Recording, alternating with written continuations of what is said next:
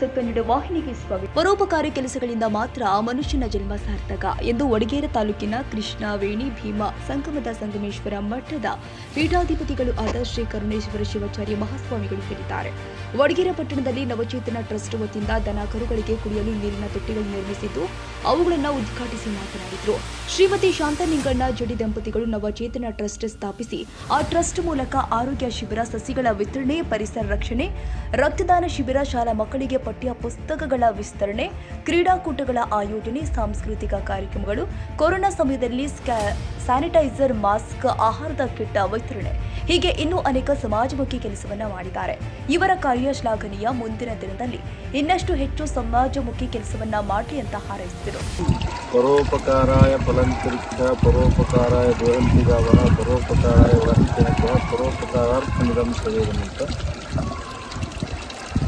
ಹೇಳುವ ಹಾಗೆ ಮನುಷ್ಯನು ಪರೋಪಕಾರಕ್ಕಾಗಿ ನಾವು ಇಂತಹ ಒಳ್ಳೆಯ ಕೆಲಸವನ್ನು ಮಾಡಿದಾಗ ಬದುಕು ಸಾರ್ಥಕ ಆಗ್ತದೆ ಅನ್ನೋ ದೃಷ್ಟಿಯೊಳಗೆ ಇವತ್ತು ಪ್ರಾಣಿ ಪಕ್ಷಿಗಳಿಗೆ, ದನಕರುಗಳಿಗೆ ನೀರಿನ ಕೊರತೆ, ಮಳೆಯ ಅಭಾವದಿಂದ ಕೆರೆ ಕುಂಟೆಗಳೆಲ್ಲ ಬತ್ತಿ ಹೋಗಿರೋ ಸಂದರ್ಭದಲ್ಲಿ ಒಂದು ಒಳ್ಳೆಯ ಕೆಲಸವನ್ನು ಮಾಡ್ತಿರ್ತಕ್ಕಂಥ ನಮ್ಮ ಯಾವ ಟ್ರಸ್ಟ್ ನವಚೇತನ ಟ್ರಸ್ಟ್ನಿಂದ ಮಾಡ್ತಕ್ಕಂಥ ಒಂದು ನಿಂಗಣ್ಣವ್ರ ನೇತೃತ್ವದೊಳಗೆ ಇಂಥ ಒಂದು ಕೆಲಸ ಬಹಳ ಆದರ್ಶವಾದದ್ದು ಅನ್ನುವಂಥ ಮಾತನ್ನು ಹೇಳೋಕ್ಕೆ ಇಚ್ಛಪಡ್ತೀವಿ. ಇಂಥ ಕೆಲಸವನ್ನು ಎಲ್ಲ ಕಡೆ ಎಲ್ಲರೂ ಕೂಡ ಮಾಡಿದ್ದೇ ಆದರೆ ಈ ನಾಡಿನೊಳಗೆ ಜೀವ ಜಂತುಗಳ, ಪ್ರಾಣಿ ಪಕ್ಷಿಗಳಿಗೆ ಯಾವುದೇ ತೊಂದರೆ ಆಗೋದಿಲ್ಲ. ಇಂಥ ಆದರ್ಶ ಎಲ್ಲರಲ್ಲಿ ಮೂಡಿ ಬರಲಿ ಅಂತ ತಿಳ್ಕೊಂಡು ಹಾರೈಸ್ತಾ ಇನ್ನೆರಡು ಮಾತಿಗೆ ವಿರಾಮ ಕೊಡ್ತಾ ಇದ್ದೀನಿ.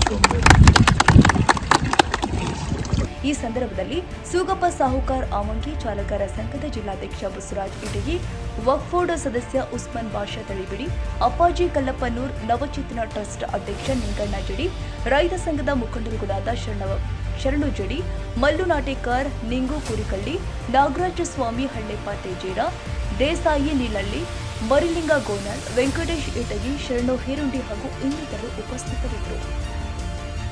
ತಾಜಾ ಸುದ್ದಿಗಾಗಿ ಎಂಟಿವಿ ನ್ಯೂಸ್ 24x7ಗೆ ಸಬ್ಸ್ಕ್ರೈಬ್ ಮಾಡಿ ಮತ್ತು ಬೆಲ್ ಐಕಾನ್ ಅನ್ನು ಒತ್ತಿ. ತಪ್ಪದೇ ಲಿಂಕ್ ಶೇರ್ ಮಾಡಿ.